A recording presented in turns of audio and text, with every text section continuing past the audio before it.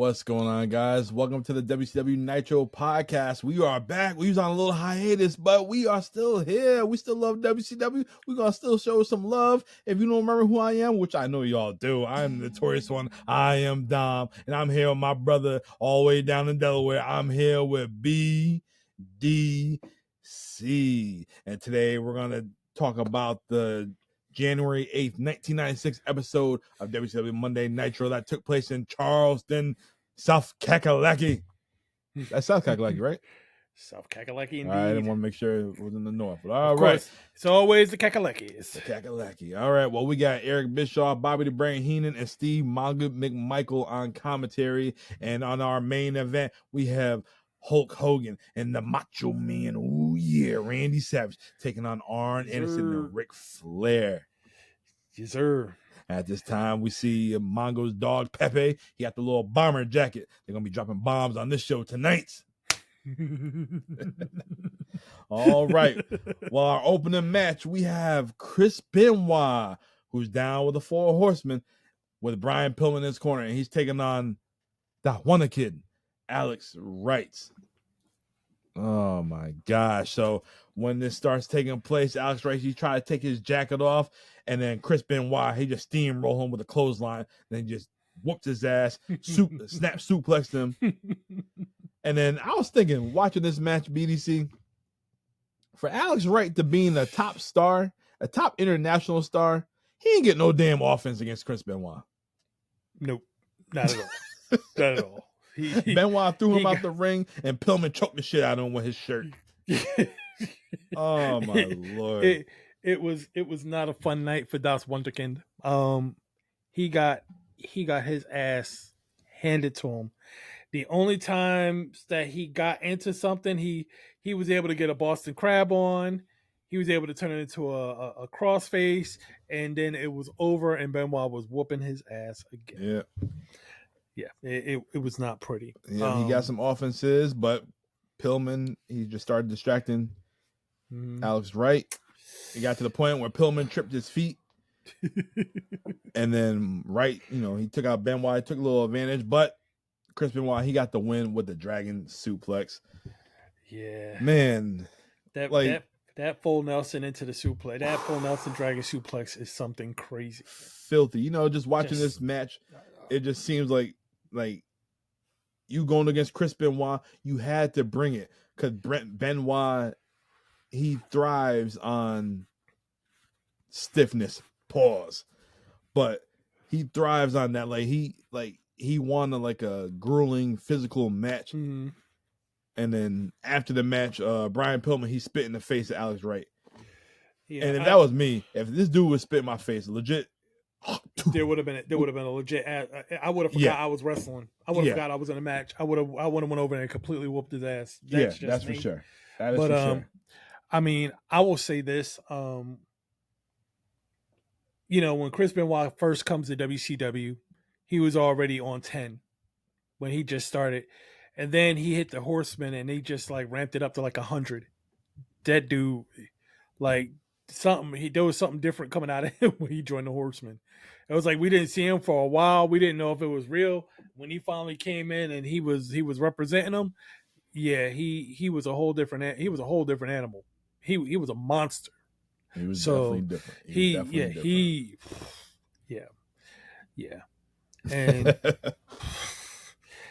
And Pillman was something else. He was firmly creating his villain arc to become the loose cannon at this point.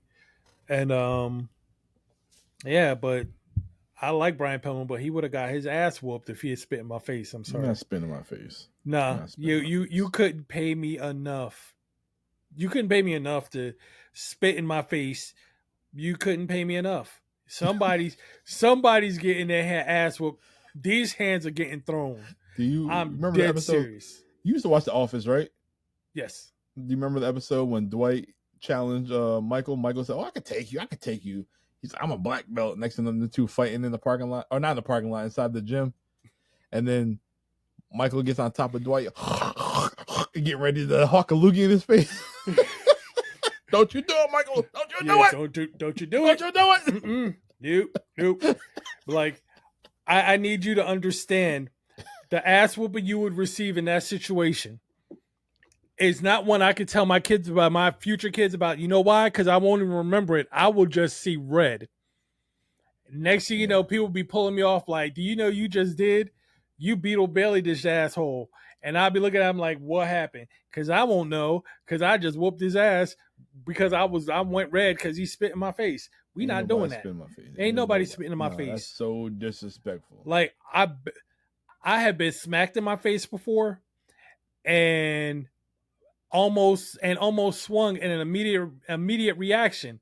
Unfortunately, the person who smacked me in the face was a kid, so I couldn't really swing. so I had to really hold back for all I was worth to make sure that no one got harmed in the filming of that sequence. But yeah, smacking me in my face and spitting in my face, two things I just can't handle. So trust and believe, if it happens, somebody going down.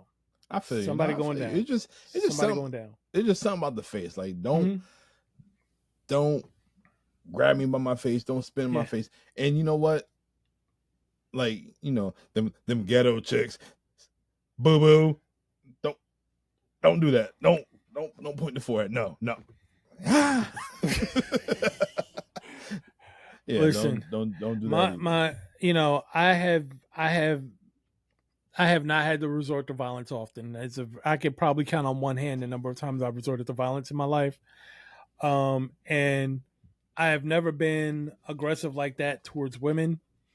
However, my mama always taught me to never put my hands on a woman, but she's also taught my sisters to never put their hands on a man for that very reason, because you can't guarantee that the man you put your hands on didn't necessarily learn that rule, and next thing you know, now you full out brawling. That you can't do it. It ain't worth it. It ain't. And you really have to. There's levels to just how much I won't say ire, but how much you have to work yourself down when somebody disrespects you in that manner to keep from taking it there when someone's clearly trying to get you to go there. So I say, folks, don't put hands on each other. You just don't. I don't condone it. I really don't. If I see a video where a guy lays a woman out because she put her hands on him first, I don't condone it. But I can't say I don't understand, because said dude may not know that he was supposed to, turn the other cheek or whatever else they say that you should do about, somebody putting hands on you and you're not supposed to be putting hands back on them. You're kind of supposed to turn the other cheek. Sometimes they turn that other cheek and it's coming with a fist. And you have to be careful about that. So just don't do it. Don't put hands on anybody. Don't do it. Just before we get off this don't do it topic, do you remember when I'm not sure it was China or Stephanie McMahon? I want to say it was Stephanie, and she slapped the shit out the Rock, and the Rock's glasses came off, and he just did one of them looks, and then he fucking rock bottomed the shit out of her. Oh my god. So please understand, I'm pretty sure in that moment he probably did not want to do a rock bottom. Probably didn't. And it probably took him a minute to realize he was in a wrestling ring and not on the street. But yeah, that I can't stress enough. It is a different level of disrespect for someone to smack you or spit in your face. It is a different level of disrespect. You can be a loose cannon. Don't spit. No spit. There's a lot. Most people could take a lot of things. Like you punch somebody in the stomach, it's gonna hurt. You're gonna take that. You push somebody, okay. You know what? You're going overboard right now, but I can take that. You smack me in my face though, it's gonna take everything in me and everything that my mom and dad got up above to keep me from absolutely kicking into my father's side of the DNA, because that's not a good look. Now you're talking about spitting. Got me thinking about like some top spitting moments. Did Vince McMahon deserve that spit shot? Pause. Nobody you know what I'm talking. You know what I'm talking about. Nobody really deserves a spit shot. You know what I'm talking about. At that point, the level of disrespect one was feeling, the level of disrespect Hart was feeling at that moment. That was probably the only way he felt he could convey how disrespected he felt in that moment. And trust me when I tell you, it very much got conveyed. And to Vince's credit, Vince did not go off at that moment. Now, don't get me wrong. I heard when they went in the back, they had some words and had an altercation to which Vince caught more than just hands, but just one. He just got one. But it's just towel. But he got beat while dude was in the towel. Anyway, but it's like as I said, it's a level of disrespect that you just not everyone is going to be able to handle. Not everyone's going to be able to say, oh, he spit in my face. Let me bring it down a notch so that I don't do anything to this person. Not everybody's going to do that. In fact, I would venture to guess that there's not a lot of people who could take that and be cool with it. It's just not. It's just not. Bottom line, don't do it. Just don't do it. Just don't do it. Don't do drugs and don't spit, people. And don't spit, don't slap. Don't throw drinks in people's faces. Yeah, don't do any of that stuff. Anything you don't like having done to you, just don't do it. Yeah, keep your hands to yourself. Chris Benoit. All right, our next match, we have Lord Steven Regal taking on Eddie Guerrero. And you know what? Seeing these two guys in the ring, I definitely look forward to this match because this is my type of style match. It's technical wrestling match right here. Yes, you have Eddie who's the high flyer, but he gets busy on the ground too. And but there definitely was a size difference in this match because Regal dominated the whole damn match. Yep, he sure did. And don't forget, Jeeves was there. Oof. Jeeves was the X Factor. That Jeeves. Guys, if you want to know who Jeeves is, go to www.askjeeves.com. You know what? I can't stand you. I can't stand you. You really yeah, but for a good ass match, Regal dominated. The bigger man dominated the whole match. Eddie Guerrero, he wins. He counters the backslide. Yep. I mean, it was a real clinic. I mean, of course, people now, they know Steven Regal as he was general manager of NXT. He was the leader of the Blackpool Combat Club. He was that guy. So you heard him talk more than you saw him in the ring. But when I tell you William Regal can throw down in the ring, or Lord Steven Regal, later William Regal, he could throw down in the ring. And when you have a guy that is as technically gifted as Lord Steven Regal was, and you mix him in with a luchador like Eddie Guerrero, oh my God, this match was an absolute clinic. Sign me up. Absolute clinic. Sign me up. This is I ain't gonna say who need cruiserweights, but give me matches like this. Yeah, and ultimately, this match ended in about the best way that a match like this could end. This match was a wrestling clinic, and it was a wrestling clinic type move that ended this match. It wasn't, oh, I'm just going to go for my finisher. It wasn't that. It was a straight technical counter into a pinning combination. That's what ended the match. And that was perfect to this match. BDC, I got a question. Now, I'm just thinking about it. Did we ever get a Regal and Bret Hart match? I don't think so. I think them two didn't cross paths. I think because he went to the E and Bret went to WCW. I want to say I don't think them two ever crossed paths. I think if I'm gonna check right now. I don't think they've ever wrestled, at least on TV.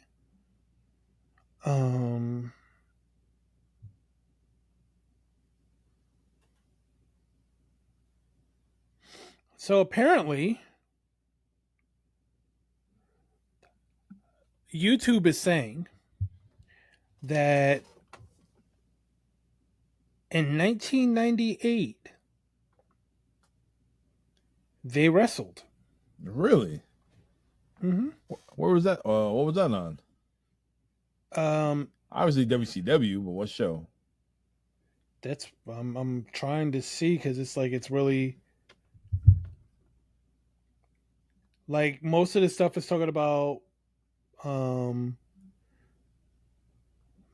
Bret Hart versus Stone Cold Steve Austin. That goes without saying. But oh man, what is this shit?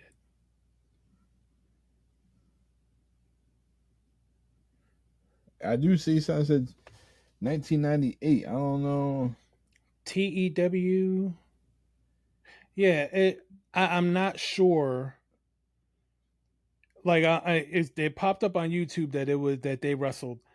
I'm not so sure because there's only one clip that's showing and it's looking sketchy at best. So I'm looking. Yeah, I don't know if they actually did. I don't think they actually did. Because everything else that's showing up is either Bret Hart versus Stone Cold, and then I looked under William Regal, and nothing is showing up under William Regal when it comes to Bret Hart. Damn. So you may be right that they never. Oh my God! Can you imagine that? They never actually competed in a ring against each other. Can you imagine that? That would have been an excellent match. I'll take that. I know Platino the other night said he said he'd take Bret and Mick Foley. No, give me Bret and Regal. No, hell. I tell you, I'll line this up for you nicely. Give me Bret versus William Regal. Give me Owen versus William Regal. Give me Bulldog and William Regal.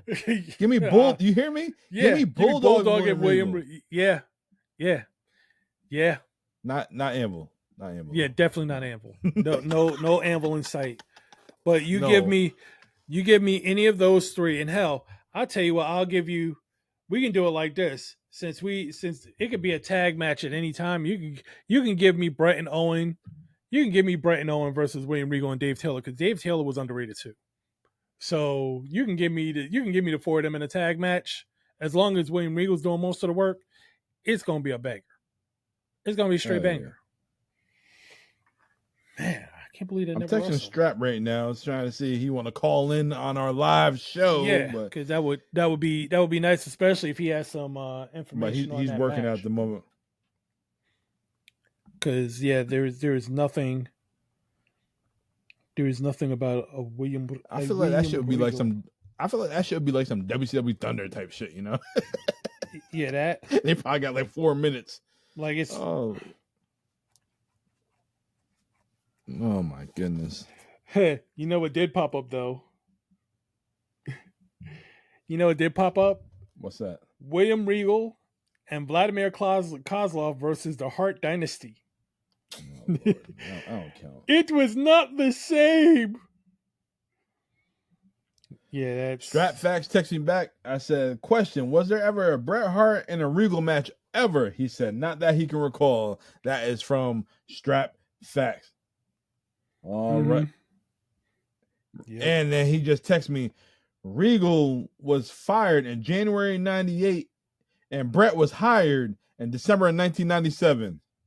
So they literally were ships. Literally, like I said, literally just crossed paths. Literally. They literally were ships passing through the night. That's crazy. Yeah. All right. Well, it's our time. We finally see Mean Gene. We get a Mean Gene segment right here. And this time he is with the Icon Sting and Lex Luger. And Mean Gene says, Sting, I have a lot of questions. Sting, wait. Mean Gene says Sting has questions for Luger. And Luger said, we can talk about this all in the back. Luger seemed nervous. No. Of the question what Sting is going to ask him. Sting wants to know. He wants to talk about what happened at the end of the match for the triangle match. And Sting said that he had a chance to get in the ring before the 10 count, but you pull his arm to stop from going in. Luger said he hurt his knee and that he wanted some help from his friend. Luger wants to help him and become a tag team.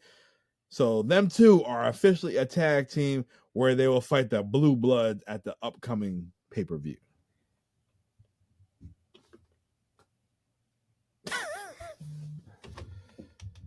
Thoughts? Bullish shittis.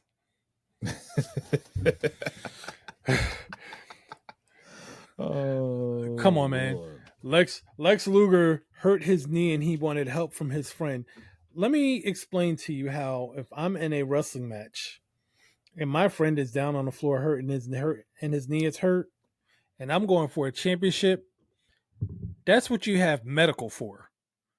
Stay your ass down there until I'm done. I'll come back and carry you to the back if you want, but you're not about to interfere in my match and cost me anything because you hurt your knee. Look at Trick Williams at TNA that night. Yeah, that was my man. Listen, don't get me started on that because the moment I looked and I saw that Trick Williams was outside the ring for more than a minute, I was like, he about to win this match. I knew it then. See, at first I knew it then. No, at first I'm like, oh shit, he hurt because I think Hendry was trying to grab him. He's like, yo, get off me, like he was there. Yeah. And then when they brought him to the aisleway, I'm like, yo, he just you ain't gonna help him. I said, I know what he about to do. I know what time it is. Like, this is some bullshit. I was like, he just hanging out like he like somebody get him a drink. He's just hanging out. So when I saw that, I was like, oh, he about to take somebody out and win this match.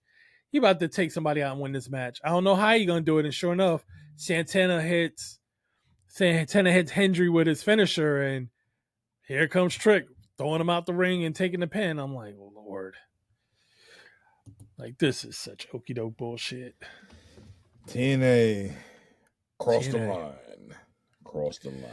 Lines crossed. But it was nice to see AJ back. Yeah. Yes.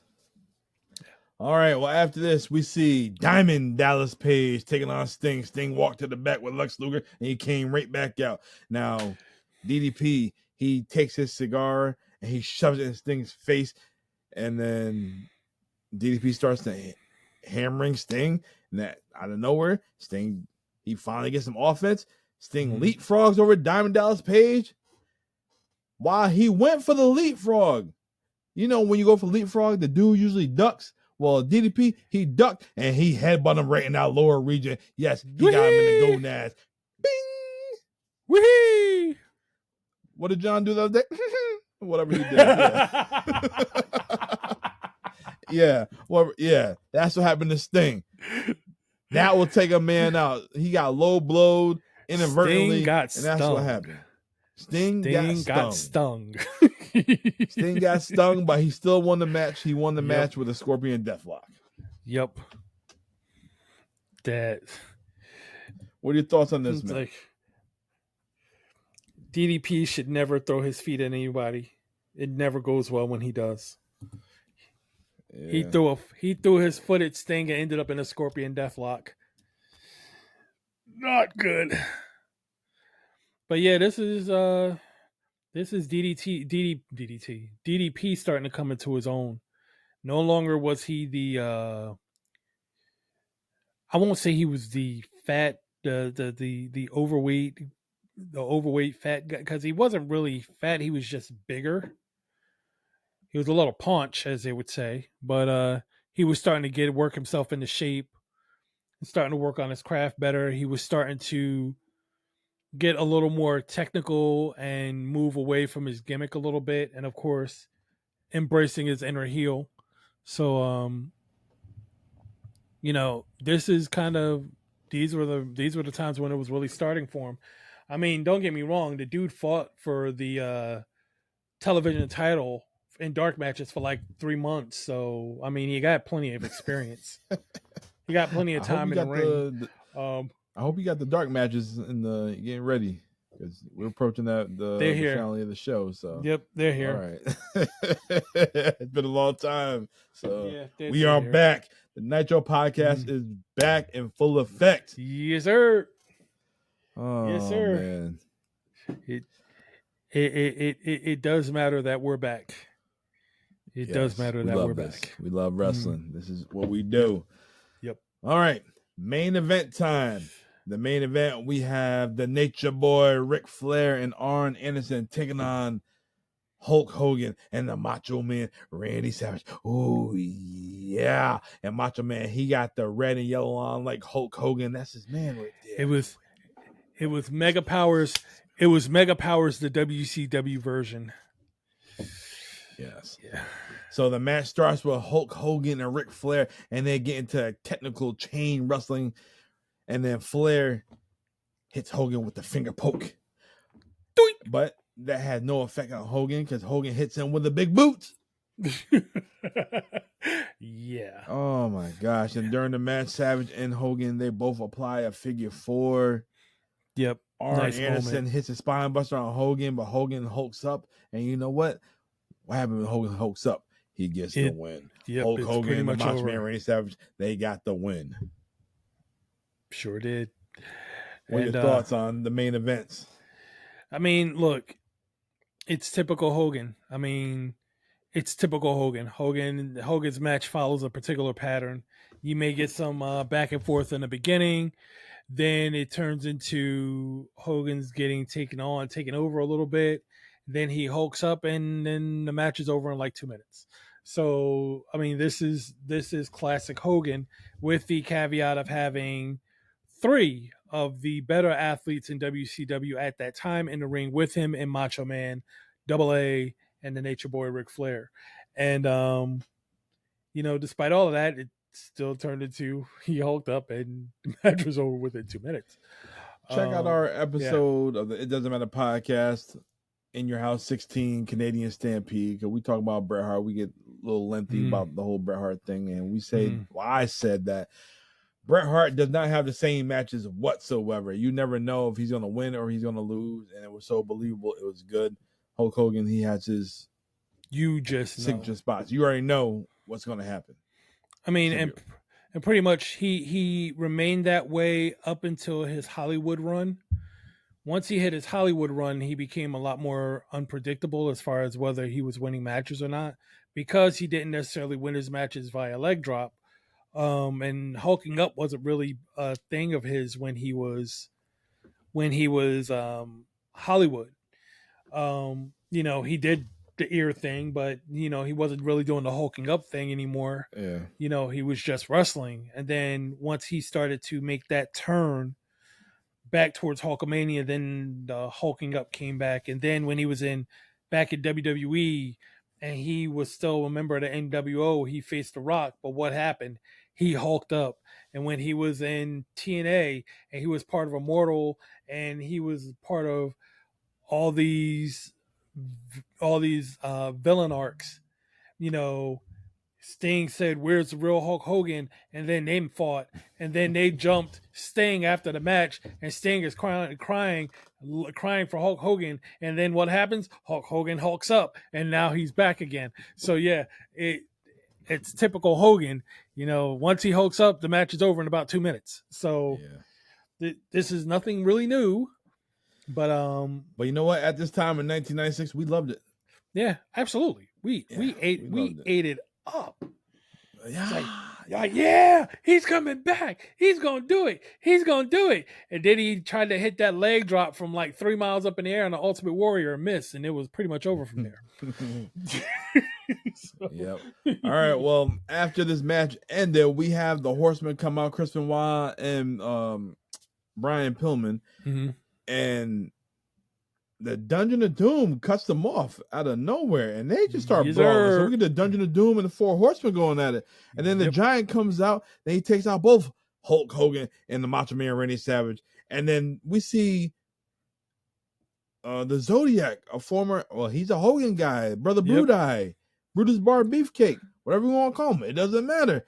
And he's going to go, no, don't do it. Don't do it. This is like what, the second week that he made an interference and he got his ass beat too? Don't do it. Don't do it. It's like, you mean he can talk? Well, yeah, you didn't cut his tongue out, did you? You kind of talk. Seriously. But I mean, and it could have been worse. We close the show. Could have been worse. It could have been the Yeti. The Yeti. The Yeti. Well, that's how we close the show for Nitro. BDC, what are your thoughts? Does this show matter? Does this episode matter? Excuse me. Does this episode matter? All in all, I will say episode 19 gave me a healthy dose of it doesn't matter.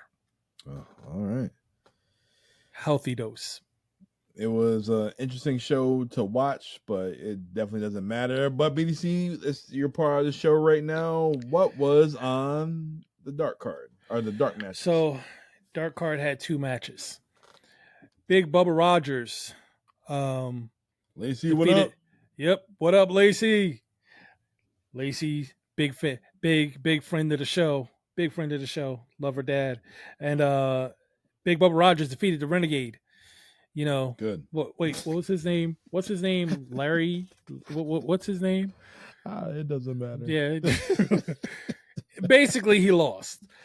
As Jimmy Uso said, in fact, you lost. So yeah, it doesn't matter. The Renegade lost to Big Bubba Rogers, and then the Nasty Boys, Brian Knobbs, Jerry Saggs, they defeat Earl Robert Eaton and Johnny Grunge. Yeah, Johnny Grunge. I still don't understand that pairing, but okay, they lost anyway. Wow. Yeah. Wow. Okay.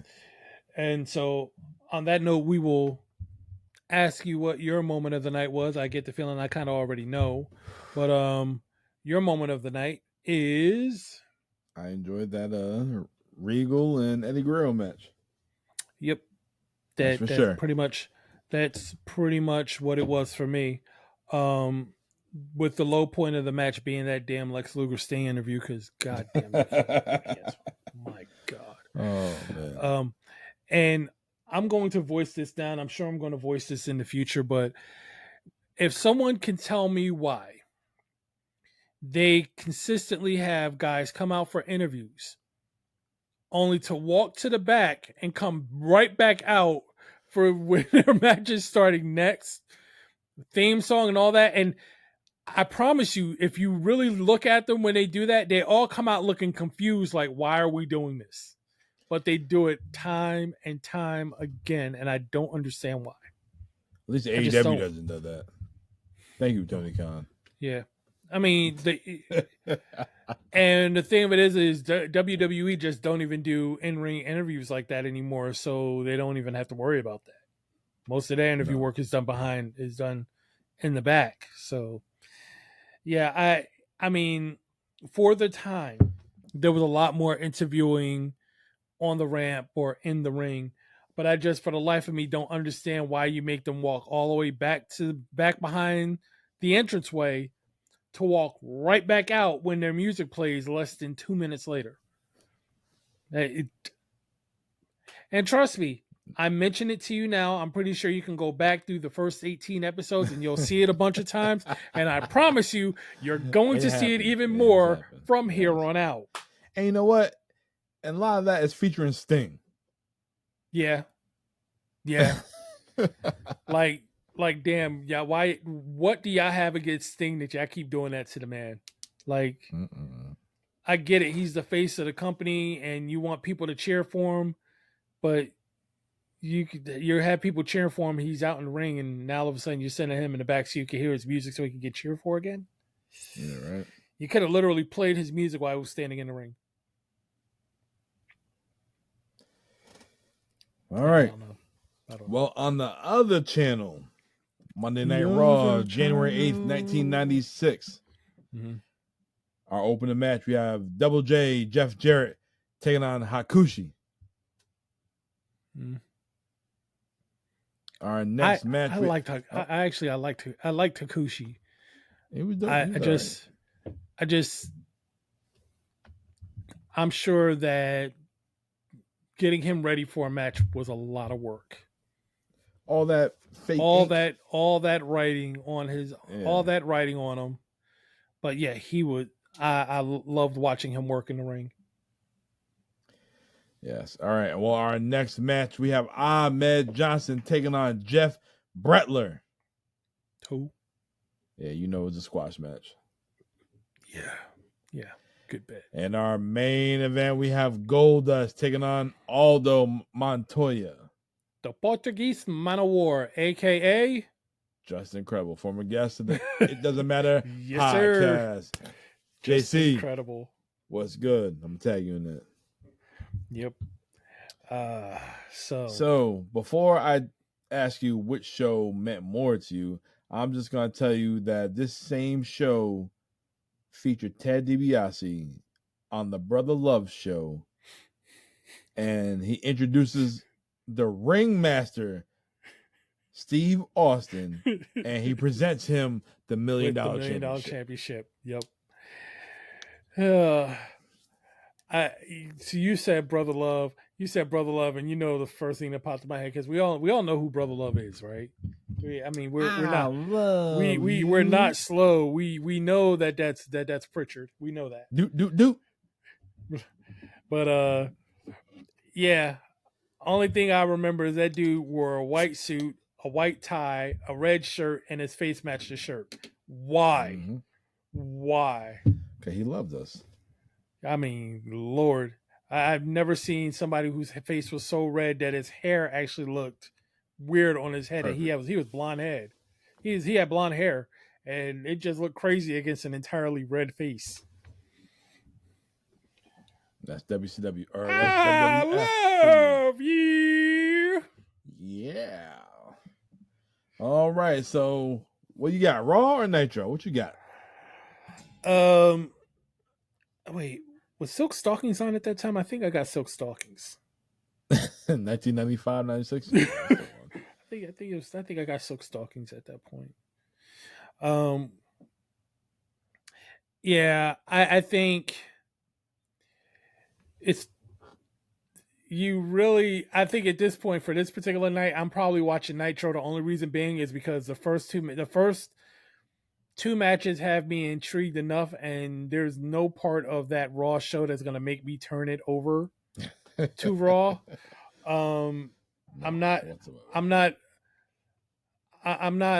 in love with seeing the ringmaster get the $1 million belt.